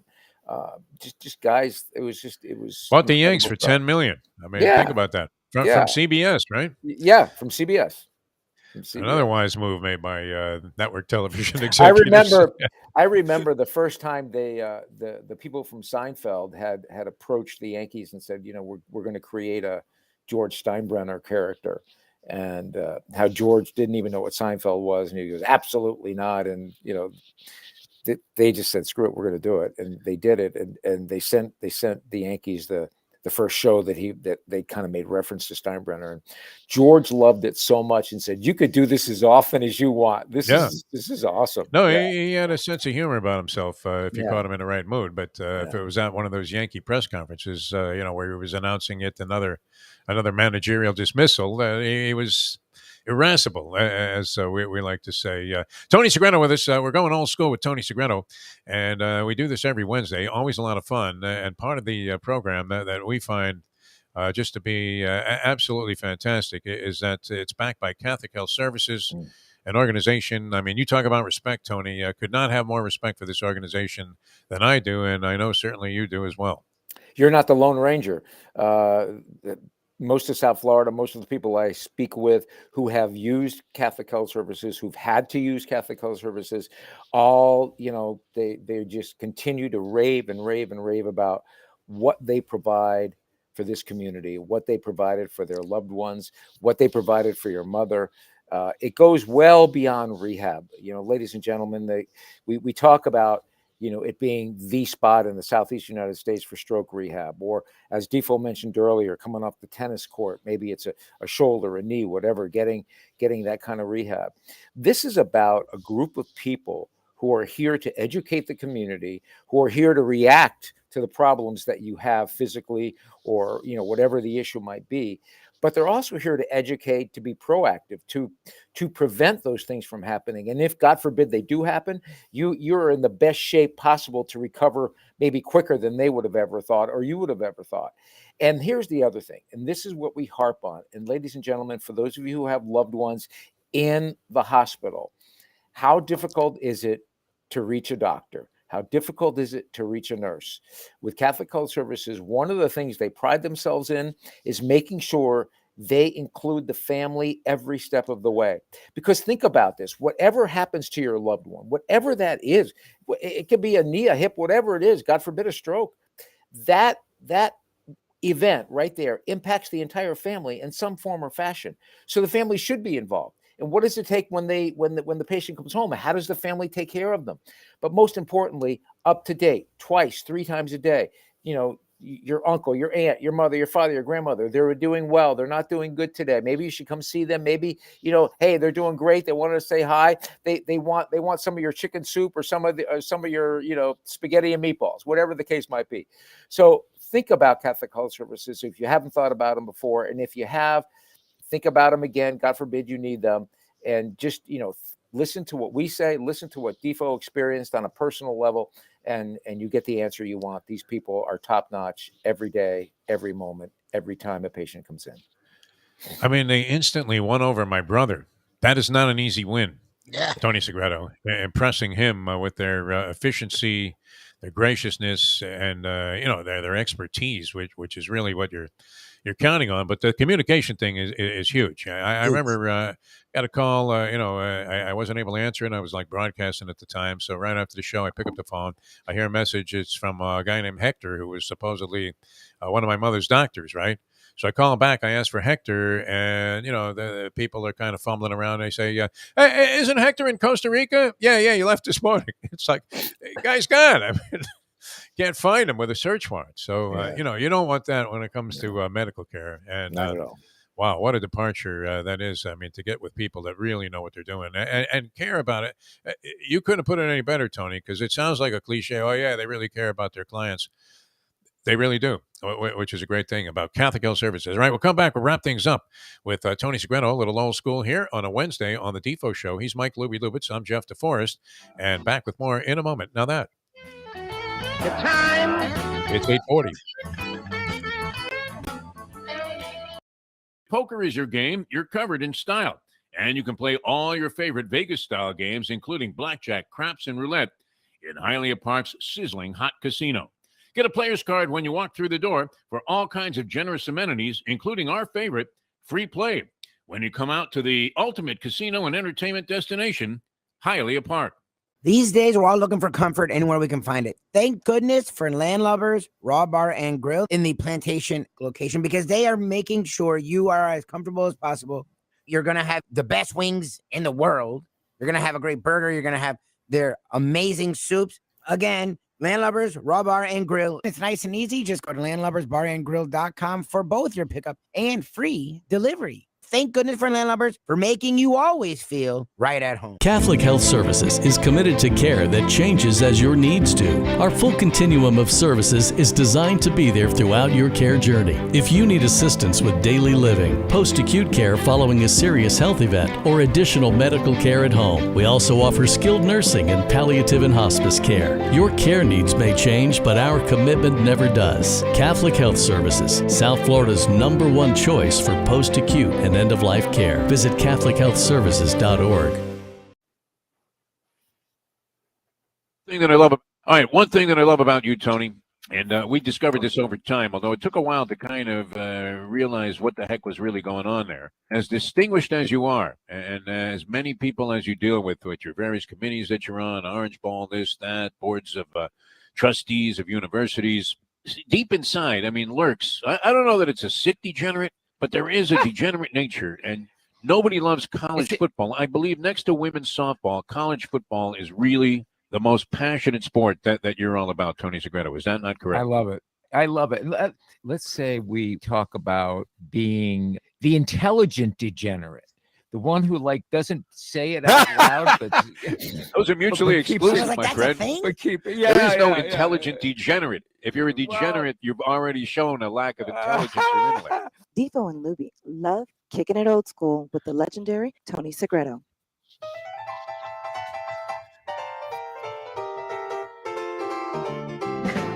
Welcome back to the show. Wrapping things up here on another edition of Old School with Tony Segreto on the Wednesday edition of the Defo Show. Mike Lubitz up there in the blue corner. I'm Jeff Deforrest fighting out of the red corner. And right there in between is Mills Lane. The great Tony Segreto. No, it was great. I mean, to discover this about you. Speaking of degeneracy, and I don't know if you consider this. So I happen to go back and watch the original movie, James Caan in The Gambler. And and that was sparked by the fact that I can't stand the remake with Mark Wahlberg of what I thought was the Citizen Kane of degenerate movies of all time. And it still plays, man. 1975, they get into the whole psyche of how sick it is to be fueled by self-sabotage, which is an essential, I think, if you're out there. I mean, there are gamblers that go out with the intention of winning, but most of us are just absolutely trying to destroy ourselves. Yeah, well, and it's being recommended to us by everybody. I'm surprised Ron DeSantis hasn't signed on with FanDuel yet. Well, let's not go down that road. He and Mickey are He having. wants to wipe out Disney World at this point. Yeah, just he and wipe them Mickey off Mouse the are, planet. yeah, it's just like anyway. It's funny because I'm going to pull the curtain back. When I was growing up, very ethnic Italian family. My family, my grandparents spoke little or no English, and my parents and my aunts and uncles would always speak Italian at the table, and Sundays were a big deal. You would have aunts and uncles and cousins all over for dinner, big thing of, pasta, the whole deal. And then afterwards, even though you were little, you hung out at the table, all the uncles, all the men would get together and play poker every single Sunday. And it was a penny poker, but whatever the case might be. And as you got older, once you became like, over 15 or 16 and you said you wanted to join in, you'd bring your change and you'd play poker. So it was always part of, my uncle owned the Trotters, and, it was all part of the, they would hang out, my uncles would take me to these bars where the bartenders, men or women, it didn't matter. They were like the local bookies. Yes. And they would handle the booking. Hey, Lou, can we handle 2,000? Yeah. So my uncles would have their little sheets, and they'd go, we're betting on the Giants this week. We're betting on the Knicks. We're betting on the Rangers, whatever the case might be. We're always going to bet on the Yankees. And so it was just part of the culture that I grew up in. And it just made a natural transition for me. And it was tough when I was working because I never wanted to bring the two together. So what I did was I used to go to the pari-mutuels a lot. And, you didn't have money on that Dolphin Bears game, man? You could have got a lot of money on the money line that night, 1985. No, I know, but I did not. I did not bet on any games during my career. I bet on the pari-mutuels. I bet, we would bet on the horses and on the dogs and go to highlight and things like that. So. All right. Yeah. I mean, and that was all part of the sporting culture here in South Florida. And I thought it was a rich part of the South Florida, sporting history, which is why, it didn't strike me as being as significant because I really haven't paid that much attention to the Pompano Park harness racing. I couldn't have even told you when they were racing anymore. And there's been talk about them shutting it down because the legislation is now in place where you don't have to run a pari-mutuel event to sustain your casino license. So most of these places you saw just said, hey, that's it, right? The dog racing got, ruled illegal anyway. Yeah. And so they would have had to stop. And I guess as part of that, to accommodate everybody, they said, okay, you can keep your casino license. You don't have to run the sport. So this was it. And it was part of my Ratso Rizzo dream to come down here to Florida because we used to see PPK in the racing forum in a program at Roosevelt where I was pounding away on the harness horses all throughout high school and of course college as well. As long as I was still in New York, I was there. And, we always thought that this was some exotic destination, Pompano Park. And, you dreamt about coming down here and, sunshine all day, being at the beach, going to the harness races in the middle of winter. And it was great. And I love that guy. Finkelson was just a classic. Yeah. I don't know. Is it the money that has kind of spirited away that type of character where, you don't, find people that really want to engage the media in anything anymore. And he was like this with the fans too, because he reminded me, you could see like a Alan King type of face, the comedian Alan King with a giant Yankees championship ring on and always a big smile. Hey, Tony, Defo, come on in. Yeah, cigars in his office. It wasn't just the engagement of the media. It was the character within that framework, right? Charlie Callahan, God bless him, right? He was the Dolphins' first PR director, right? He came from Notre Dame. He was the PR director under Chuck Leahy at Notre Dame, for goodness sake. He got there just after Newt Rockne left. That's how. Okay, so Charlie was this old Irishman who smoked like a chimney and coughed all the time. And do you remember Charlie, Jeff? He was about, you know what? He was probably at the tail end of his thing. He was about 6 feet, came here. 6 feet, 6'1", thin as a rail. And you would knock on his door and he would open the door to his room. And what would come wafting out were the smell of cigarettes and Four Roses bourbon.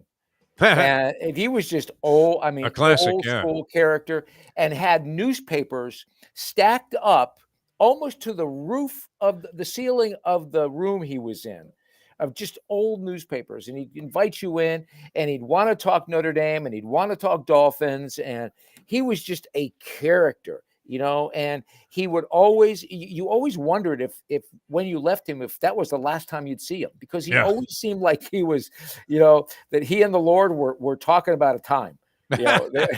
So, but God bless him. But you had characters, wonderful, wonderful people like that. You had a guy at the University of Miami, George Gillette. God bless him, man. He kind of like Charlie, wasn't the drinker, but was the kind of older guy.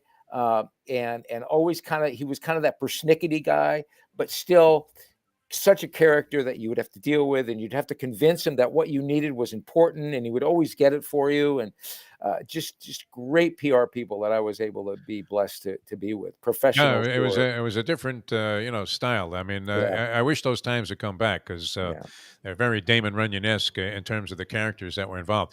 Tony, we're going to bow out a little early today to accommodate some other special events that we have to take care of here on this morning's block of things to do. So it's always a pleasure. Catholic Health Services. Great seeing Ed Garcia, man. He makes a great appearance on TV, does he not? He's like, wow. Awesome. So maybe in 2 weeks, let's put a reminder down. In 2 or 3 weeks, I will get a hold of Joey, and we'll try to get Joey. Oh, great! Wow, that'd be awesome. Yes, I mean, get him on video. Real old school stuff. Get him on video. Yeah, there's no conversation about the sport. Now, this is like, I mean, you know, baseball. You might leave Jackie Robinson out of the conversation, or the Bambino, but there's no conversation about highlight that doesn't involve somebody saying, "Hey, remember Joey?" Yep. You know, and or you know, hey, you know, what's Joey doing today? So fantastic, that'll be great. All right, Tony, we'll see you next week on the program. Always a pleasure. Thanks so much for joining us here on Old School with Tony Segreto, and we'll be back tomorrow at 7 a.m. right here on ION Channel with the Hialeah Park Trivia Challenge from Mike Lubie Lubitz. I'm Jeff Deforrest. See you next time as we leave you now. That The time. It's 8:51. Let's go to eat a damn snack. Look what they done to my soul.